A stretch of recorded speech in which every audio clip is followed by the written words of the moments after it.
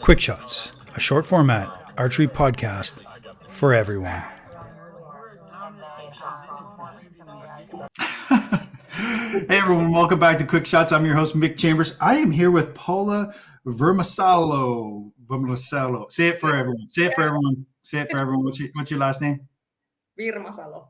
Virmasalo. Okay. Yeah. Out of Finland. And she's been on Instagram and posting all her great accomplishments and stuff. I just want to read you some of these things. And Paul, thanks and welcome to the show. So debuted in 3D European Championship in 2023, fifth in individual, third in the mixed team. Then went on to the 3D National Championships, two times gold and 2 times silver. So just incredible career already. Target archery started in 2022, so not that long ago. 3 standing national records in longbow class.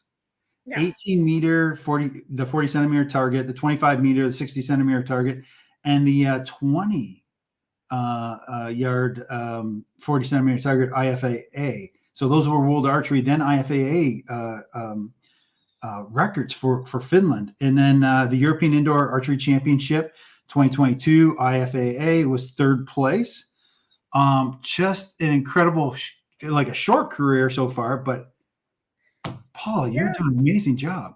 Yeah, and those actually, if we've been so modest, but I have to say that those are not all my medals that I won and all the national medals, but just the 3D World Archery stuff. Yeah, but yeah, basically it's been really great. I don't know, amazing. I started in 2016. It was my friend's Hindu party, and we went to try out archery. Yeah. And then a couple of months after that, she noticed that there was this beginner's class and asked if I wanted to go. And of course I did. And there we tried at first bare bow, like everyone starts with the bare bow there. And then after a couple of lessons, I was encouraged to try longbow, and I did. And the rest is history. So I've been shooting longbow like 7 years now. And I started competing in 3D like 2018 or so, like IFAA competitions. But for the last couple of years, I've been concentrating only like the World Archery Association competitions. Yeah. That's amazing. Have you done any international competitions? Well, those that you actually mentioned are the only ones. Like there was this one this summer in Tampere, Finland, European Masters Games, but it's not a World Archery or IFAA, but it was really fun also. It was 50 meters and field archery with World Archery rules. And then it was the IFAA indoor, like that you mentioned, and then this year's 3D European Championships. I haven't been able before because I had 2 kids. I was going to, but then life happened. But finally this year I got to go to Italy, and it was excellent, marvelous, everything. It was really fun. That is good. Do you have any? I'll have to check your Instagram again for your videos or any images that you've taken from that Italian tournament. Where was that held? Italy, San Sicario, in the Alps. In the Alps. It was so beautiful. It was breathtaking. Yeah. Now, Finland. So Helsinki, you're in Helsinki. Helsinki's beautiful too, by the way. So for people who don't know, and again, most of my audience is going to be from the United States, right? So if you've never been to Finland, which probably none of you have, it is quite a beautiful place, and everyone thinks of it as just cold and frozen. Well, it is cold now. Yeah, sure, it's cool, but in the summertime, it's a beautiful European city. It's just a gorgeous place. I've been there. I was fortunate enough to get there twice. And I love it. And so I'm so happy that you're on the show and that we can spotlight some non-North American archers. So it is nice that you were able to take time. What time is it there? It's 7:30. 8:30. Okay. Oh, sorry, 7:30. Or 7:30. Oh, 7:30. English is not my first language. Sorry. 7:30. 7:30 p.m. Yeah. Yeah. Okay. And is it? Do you think archery's taken off in Finland? Like, single string archery, or is it more compound or? Well, I think they are all quite like, I can't say that something is more popular than other, but I would say that it's like most parts in, or how would you say, like compound and recurve. I would say that they are the most like popular Right. bow classes, but longbow and barebow is more popular than ever. I would say, yeah, increasingly so. Yeah, and I'm happy about it. Yeah. What now? You mentioned that you started off bare bow because everyone does, right? Everyone grabs a bow from the, at the shop or whatever, the shop's bow, and then you shoot it. But then you were encouraged to do longbow. But why? Why? What? I mean, Well, my instructor was thinking that it would suit me, and he was right. I Thank don't know you. what that means. Yeah. That's kind of a negative connotation here. I mean, the longbow shooters are the rough crowd here in the United States. Those are the Yeah. rough. No, kidding. So, I'm totally kidding. They're nice, super nice, lovely people. but it's like the wooden arrows. It's a totally different game altogether. It's like, yeah, but it's fun. I imagine. I imagine. So why don't you tell us about the gear that you shoot? You mentioned wooded arrows, but Yeah. what bow are you shooting? I'm shooting a timber Oh, point Odyssey, Jako vessels down that, and it's 36 pounds. Well, not that much with my draw, but maybe 35 or 4 with my draw. 20 was it 68-inch long and 1.3 kilos weighing, so it's not actually that lightweight as some other bows that I have, but I like it that it's not that light, so that it like weighs something when you hold it up. yeah. Well, I have to say that my setup is probably a bit different than most have. I think because, for example, my knocking point is higher than anyone else that I know. I don't know why. Is it maybe I have a long face or something? I don't know. It's funny, but just yeah. Anyway, but yeah, I love shooting my Odyssey. It's Yeah. like a made. That timber point, I mean, those are beautiful, beautiful Yeah. bows. I mean, they shoot like a dream. I've shot timber points. I just, oh my gosh, I love them. There's such a long waiting list to get that bow. How long did you have to wait? Well, actually, I was pretty lucky because I contacted Jako and asked about it, and he was like, "Wait, how big is your hand?" And then he was uh, replying me that, "Yeah, well, I actually have this one, and it would probably suit you," and it did. Had I not taken it, it would have taken. It would have been like 6 months or so that I Right. would have been had to wait for the Have boat.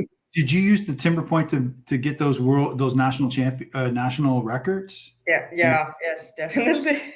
Yeah, I did. These- I know Yeah, you say you can't buy points. People say you can't buy points, but those timber points, when you're shooting at timber point, especially in longbow, it is nice to have that extra weight, right? And it just it keeps the bow nice and steady. yeah, And yeah. But it's not too much. It's if you compare it to like a bear bow or something, it's like nothing. But anyway, when you compare it to some other longbows that don't weigh anything, then it feels pretty heavy. Yeah. But I want to talk to you a little bit about this knocking point. I want to get back to that. Okay, so you're seeing good arrow flight at a really high knocking point.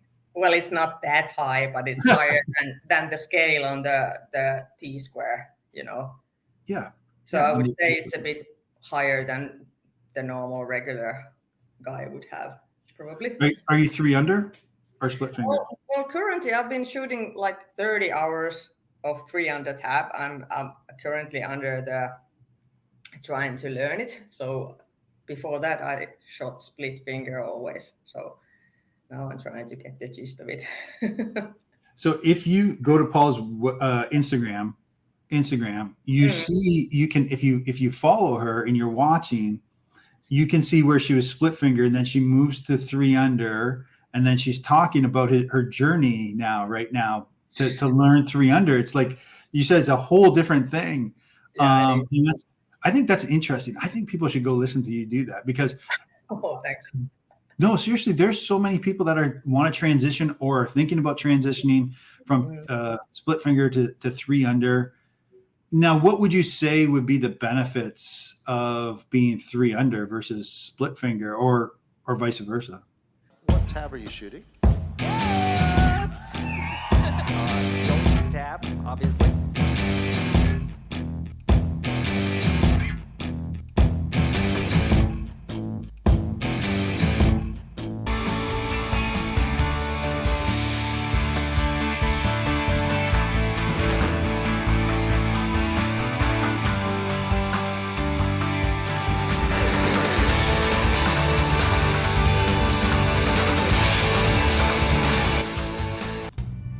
Check out CD Archery, performance ILF risers for hunters to world champions. CDArchery.com. Made right here in the United States of America. Don't forget to check out our sponsor, ArcheryPass.com, for all your traditional archery needs.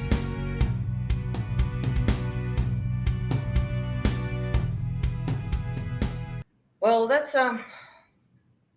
well, harder question to answer than you would think. But for me, because I've been shooting so many years split finger, it felt really wrong to try the 3-under. It felt like, where is the arrow? It's like really funny looking, but you get used to it very quickly. So, but of course, the best or the benefit would be like, because I concentrate on 3-under to have the gap smaller. So of course, because if I shoot my most, like the lightest arrow set that I have, my gaps can be like 1.5 meters. So that's like crazy. So with the 3-under, they are much smaller. So I think that, well, that is the main reason that I'm currently trying to learn it, because I want to have my gaps considerably smaller than they were with the split finger. But I feel like with split finger, it's more cleaner release, at least for me, at least for now. Let's see in a few months. But I don't want to like quit and then switch back because it would be easier. Now I just want to learn it and just keep on practicing the 3-under. Yeah. Yeah, I'm going to agree with you. So I'm not a great shooter like you. I'm not even close to your level of skill. But I will say that when I went from split finger to 3-under, what I'm finding is that the pressure, when you say a cleaner release, with you got split finger, when I had split finger, I had a lot of pressure on this finger here, and about the same, equal tension going back. But then when I go 3-under, then this finger still has a lot of pressure. And what happened was I wasn't being able to get a nice clean release. I'm struggling with it. And where I find that when people start 3-under, this finger is the main one, and it's so close to the nock, and they get cleaner releases. I'm not saying that's what you're going through. I'm just saying that that's what I'm going through right now. Yeah. Getting that clean release and the finger pressure. So, I'm trying to get a lot more pressure on this finger than this finger. And some people will argue like, hey, that doesn't matter, but I think it does. At least, yeah, I think it does. And actually it was like a couple of training sessions ago, I was like really annoying with my arrow was like falling off the shelf constantly. So it just means that basically that my hand is stiff or something. It just feels wrong. Yeah. I had John Demmer. I don't know if you know who John Demmer is, but yeah, of course. Yeah. So he's a big bear bow guy. He has this really deep hook. And I find that when I'm shooting my longbow, if I get a deeper hook, my arrow falls off the ledge a lot less, and I get a little bit cleaner going back. But anyway, I know everyone, please leave a comment below on what you think that kind of is causing that. But I think it's the curling of the wrist as you're going back. And again, like you said, it's probably relaxing your wrist. So I think you just need to relax. My hook is actually pretty deep, I would say, but yeah, it all went better when I knew how to relax my hand and just trust the grip. Yeah. Tell me a little bit about your from start to finish, from grabbing the bow your whole shot process. Can you walk me through that? Well, short process, yeah. I have a pretty, I would say, I don't know how solid shot process, or at least I'm really aware of it, and not in competitions, but anyway. And I'm really analytical and like meticulous with this kind of stuff. So I don't know how how do you want to me to describe it, but well, my draw cycle is linear. I mean, I draw linear style. Okay. Mm, I'm not sure how do you want me to describe it, because Well, okay, so you're going to draw linears, right? So you're not doing you're not pulling back into the, so you're drawing linear, right? And then so you've got your, so you set your wrist, you set your hook, mhm. and then now you're drawing back directly to your face, or you draw under, come up. How do you do? Well, I'm actually currently trying to simplify a bit more about my shot process, but basically I have a square stance, and I just first I will just stand like like a perpendicular to the target. Is it perpendicular? Yeah, you're right, perpendicular. Okay, then I'll just try to relax, and then turn my head and just lift my hands at the same time, and again try to be relaxed as possible, and keep my my front shoulder, especially my front shoulder, relaxed. I have had really much issues with my shoulder turning, so that's one thing. And then just concentrate on, well, I don't know how many times I can say relax, but be relaxed. No, it's Because good. It's good. It's it's good. like the culprit of all evil. So yeah, and I just lift my hands at the same time, and try to constantly keep my pushing. I don't want to say push, because that's another thing you can go wrong. If you really try to push too much, it's a bad thing. But I try to keep my push and pull like 50-50 all the time. So it will be like the stable form. And then just, well, yeah, then I I lift my arm, I draw pretty straight, and go to the in line with my shoulders in line, and then just, if I need to like lift my, how do you say, my aiming point, You think? Yep. yeah, then I'll do that, and then just try to relax more. And then I don't want to think about releasing, but to keep my aim still, and my pulling and pushing even, and then it just happens. I don't want to think about the release, because it can affect your impulses and stuff. If you try to think about the release, then you get to do all the jerk moves and stuff like that. All the yips. Yeah. Yeah, that's good. So you're not thinking, so you're not consciously going, I'm letting go now. I try not to. It doesn't work. If you think about I'm letting go, then it's not going to be that good release. No. Yeah. Okay. All right. All right. So, okay, then you said you use gap method to aim currently. Well, it's basically a hybrid, I would say. I pick a point, but then depending on how huge the gap is, it might be like a hybrid of pick a point and gap. Because if it's like the 1.5 meters, I can't pick a point from the grass and not just see the target. I want to see the target as well. So Yeah, I think we call it, again, this is the popular phrase right now, gap stinctive. okay, yeah. Right, because you're a little bit instinctive shooting. You're like, I know where my hand has to be to make that arrow go to that spot. And so I pick that point, and it's like a gap underneath the target. But I leave that gap alone, then I just look at the target. And then is that kind of what's going through your head? Or am I Well, it depends. It depends. Like, I remember really clearly in Italy, that was like the targets that were under 50 meters away from you. The gap isn't that like huge. Then it was really much easier to just pick a point and then just watch that point and Right. not even lift your eyes to the target. It just depends. Really, I don't that's know. It's so really brave. hard to It's- describe. No, it makes sense. I just think it's brave. So one of the things that you mentioned earlier is that you want to get those gaps shorter, because for me, if my tip of my arrow is not on the animal or not on the target face, I can't release the arrow. It's like it gets locked. It gets locked. I'm like, I gotta be on the target. I gotta be on the target. It's just weird. I understand, yeah.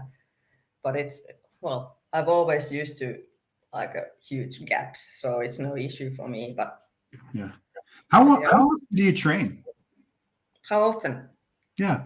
Well, I would want to train more, but now it's max 3 times a week, like 2 to 2.5 hours. So, and basically I could roughly say 1 arrow per minute. So not that many arrows. Yeah. But I've always said that it's quality before quantity for me, and it has worked. So I will continue on that path. That's good. You're a very focused person. I can just tell by talking to you. But you're an IT professional as well, so you're very you're very analytical. Yeah. Well, I like to make charts and diagrams and stuff. So maybe I'm a bit geeky. I want to see some of these charts and articles or charts and graphs. I'd love to see what you're kind of thinking. I'm sure it's all your gaps out to what's your farthest you shoot most ever? Well, nowadays it's not that long, but it can be like 50 meters or so. Mm-hmm. 50 meters. Did you say 50 meters with a longbow? Yeah. Wow, that's amazing. Well, it's like the lighter arrows that I have. My point on is almost 50 meters, even though I don't have that much pounds. So it's amazing. Yeah, that's really good. Well, you're shooting a timber point. That is a fantastic bow. I'll tell you right now. It is. It makes a great bow with a great cast. No hand shock at all. It's Nice. amazing. Yeah, they're awesome. They're awesome longbows. Just world class longbows. Obviously, a lot of people who have world records have timber points when they're shooting longbows. Hey, okay, so give me a piece of advice that you would give to a beginner archer to help them get better. They already know how to shoot. They can draw a bow back, but what's something that's helped you in the past? I would say record a video of you shooting from time to time. It's really essential, I would say, because if you get in trouble with your technique, and I'm sure you will at some point, it's always good to go back to those videos and then, of course, write down what you felt, what you did, and why, and stuff like that. It's really helpful. And then just create a short process, and it will evolve over time, and it's okay. But I would think that would be my advice, at least if you want to get better and if and when you change something in your technique or equipment or whatever, it's really possible that something else goes wrong. Yeah. And then it's more easy to roll back to your previous version of your technique when you have it all written down. So that might be good. And then the oldie but goldie, listen to all but hear a few. Everyone wants to give their advice. Yeah. But it would be really preferable to just take notes only from a couple of people you trust. And so that's great advice. I mean, everyone's trying to give you advice. You just got to kind of block some of that stuff out. You be polite, obviously, when you're on the range. But I love the idea of the video. I've always said that. I think that's a great coach.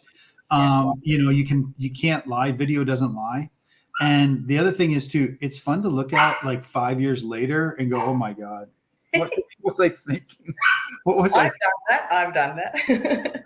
I can't even believe I'm like that. It's really educational. Yeah. It's so good. Hey, before we go, show us your tattoo. I want to see that thing one more time. It's amazing. Amazing. Look at that. I've seen a lot of arrows on archers' arms, but that's pretty cool. Why don't you give us a little story on that? Well, that's the wooden arrow. The first arrows that I shot with the longbow. Yeah. And then those flowers are chili flowers that I grew a few years back. Quite a lot. It's really good. I love it. I love it because then it's right there, right when you're shooting. Although you're in Finland, it's cold all the time, so it's mostly long sleeve. Yeah, it is. It is. Yeah. Okay. Hey, before we go, tell people where they can follow you and watch your story as you continue to crush it. Well, in Instagram, Paula Virmasalo is the name there, or Paula Virmasalo. I think you can find me there. Yeah. Okay, then we'll leave a link down below too, and so you might get some crazy people asking you how you're so good and how you got to be so good, and and first of and also I want to, since you're from Finland, I have a favor to ask if you don't mind. Mm-hmm. Okay, can you just make sure that the reindeer are fine for Santa this month coming up? Like I know you guys take care of them out there, so can you just make sure that they're all safe and no hunters? You can't hunt reindeer, right? No, you can't. Yeah, they're someone's pets, so of course you can't. Yeah, they're Santa Claus's pets. We know this. I know the story. Anyway, I know that you guys are the keepers of the reindeer, so you get the magic dust. I don't know if you're using some of that to be so good at archery, maybe, but I think it's really cool. Finland's an awesome place. If you don't know or you're not unaware of Finland and it's not on your radar, start following people from Finland. They're pretty awesome. They're my Canadian cousins, so as being a Canadian, I feel very attuned to the Finnish culture. But I have a Finnish joke. Can I tell it? Of course, please do. Okay. So there's two elderly husband and wife sitting at a table, and they are having their morning breakfast, and the husband's there and the wife's there. And the Finnish wife says to her Finnish husband, "How come you never tell me you love me anymore?" And the Finnish husband says, "I told you I loved you when we got married. If anything changes, I'll let you know." Yeah, well, that's a fact. It's not a joke, it's a fact. No, I know. It's funny though, because it sums up the Finnish culture. It's you keep a lot to yourself, but when you do have fun and you do let go, you people are amazing. I mean, I do love it. Being Canadian and being able to work with people from Finland, I thought has been amazing. What do you got there? I wanted to show you my arrows that I. Oh, look how pretty they are. This is the one that we won our bronze medal with. Oh, you saved it. That's awesome. That is amazing. That's awesome. Well, it's been a pleasure having you on the show. You've been a good sport too, and thanks for sharing your journey with us. And we'll continue to watch you as you progress and start to get only golds. Oh, yeah, sure. Thanks. All right. Thanks very much for spending time. We'll talk to you soon. Everyone, thanks for listening and watching. Until we talk again on the next show, Hunt the Good Stuff. We'll talk to you soon. Take care. Bye.